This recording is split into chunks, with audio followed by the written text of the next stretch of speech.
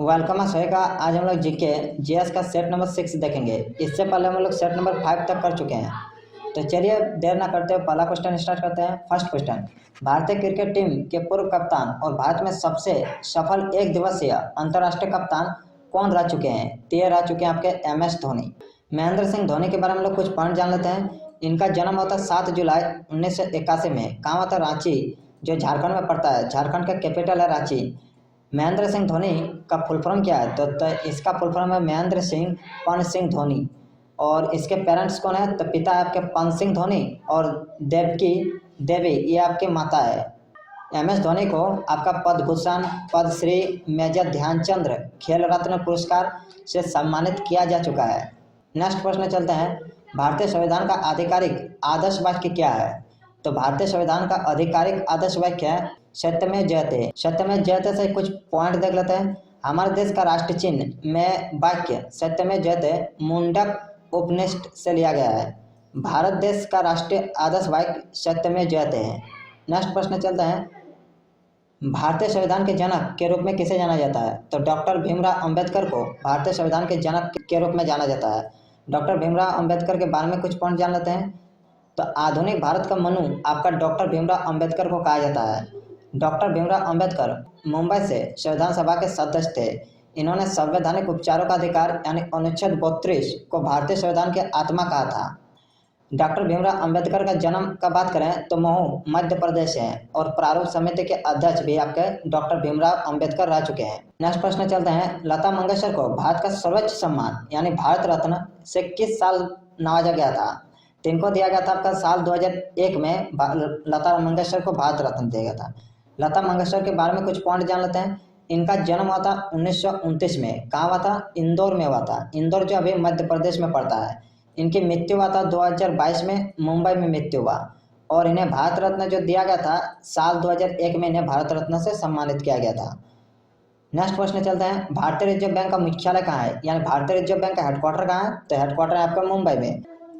RBI के बारे में कुछ जान लेते हैं। RBI के गवर्नर है अभी शक्तिकांत दास। RBI की स्थापना हुआ था 1 अप्रैल 1935 में। कहाँ हुआ था? कोलकाता में हुआ था।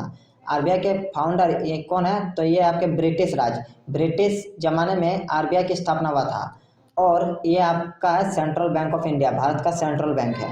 नेक्स्ट क्वेश्चन चलता है, भारतीय संविधान की राजभाषा कौन है? तो भारतीय संविधान की राजभाषा आपका हिंदी।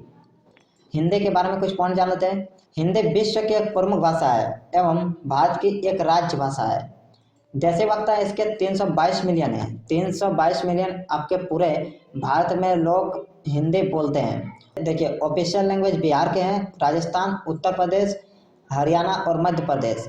इस राज्यों में आपका हिंदी ऑफिशियल लैंग्वेज है। नेक्स्ट क्वेश्चन चलता है, वर्तमान में भारतीय संविधान के कितने भाग है? तो टोटल 25 भाग है। आगे ये 22 भाग था, अब ये 25 भाग हो चुका है। भारतीय संविधान के भाग के बारे में कुछ पॉइंट जान लेते हैं। भाग क्या आता है? तो अनुच्छेद संविधान में है और उनमें बहुत से अनुच्छेद एक ही विषय के ऊपर बात करते हैं। जो अनुच्छेद एक ही विषय के ऊपर बात करते हैं उन्हें एक एक करके आपका एक समूह बना दिया जाता है और उस समूह को हम लोग भाग कहते हैं। भारतीय संविधान में वर्तमान में कुल 25 भाग हैं और मूल रूप से भारतीय संविधान में कुल हिस्से केवल 22 थे, लेकिन बाद में संशोधित करके 3 नए भाग सम्मिलित किया गया है। तो अभी वर्तमान में अभी 22 नहीं 25 भाग है। नेक्स्ट क्वेश्चन चलते हैं, भारत का संविधान कब लागू किया गया था? तो ये किया गया था आपका 26 जनवरी 1950 को।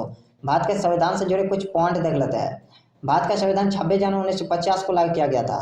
भारतीय संविधान दुनिया का सबसे लंबा संविधान है, ये पॉइंट याद रखेगा। इन्हें 26 नवंबर 1949 को लगभग 2 वर्ष 11 महीने 18 दिन के बाद अपनाया गया था।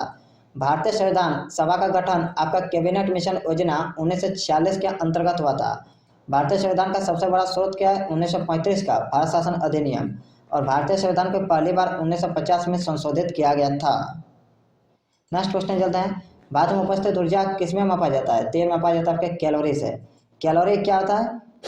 कैलोरी ऊर्जा की इकाई होता है। 1 कैलोरी आपका 4.18 जूल के बराबर होता है। 1 किलो कैलोरी 4180 जूल के बराबर होता है।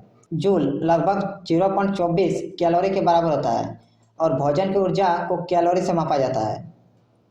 और आज का लास्ट प्रश्न है, यह आपके लिए है, किस संविधान संशोधन को लघु संविधान कहा जाता है? यह हम सेट नंबर 4 में देख चुके हैं, तो आप इसका उत्तर दीजिएगा। तो गाइज ये रहा आपका जीके जीएस का सेट नंबर 6। वीडियो कैसा लगा चैट सेक्शन में जरूर बताना। अगर इस टाइप का छोटा छोटा टॉपिक देखना हो तो चैनल को सब्सक्राइब करना। Thank you.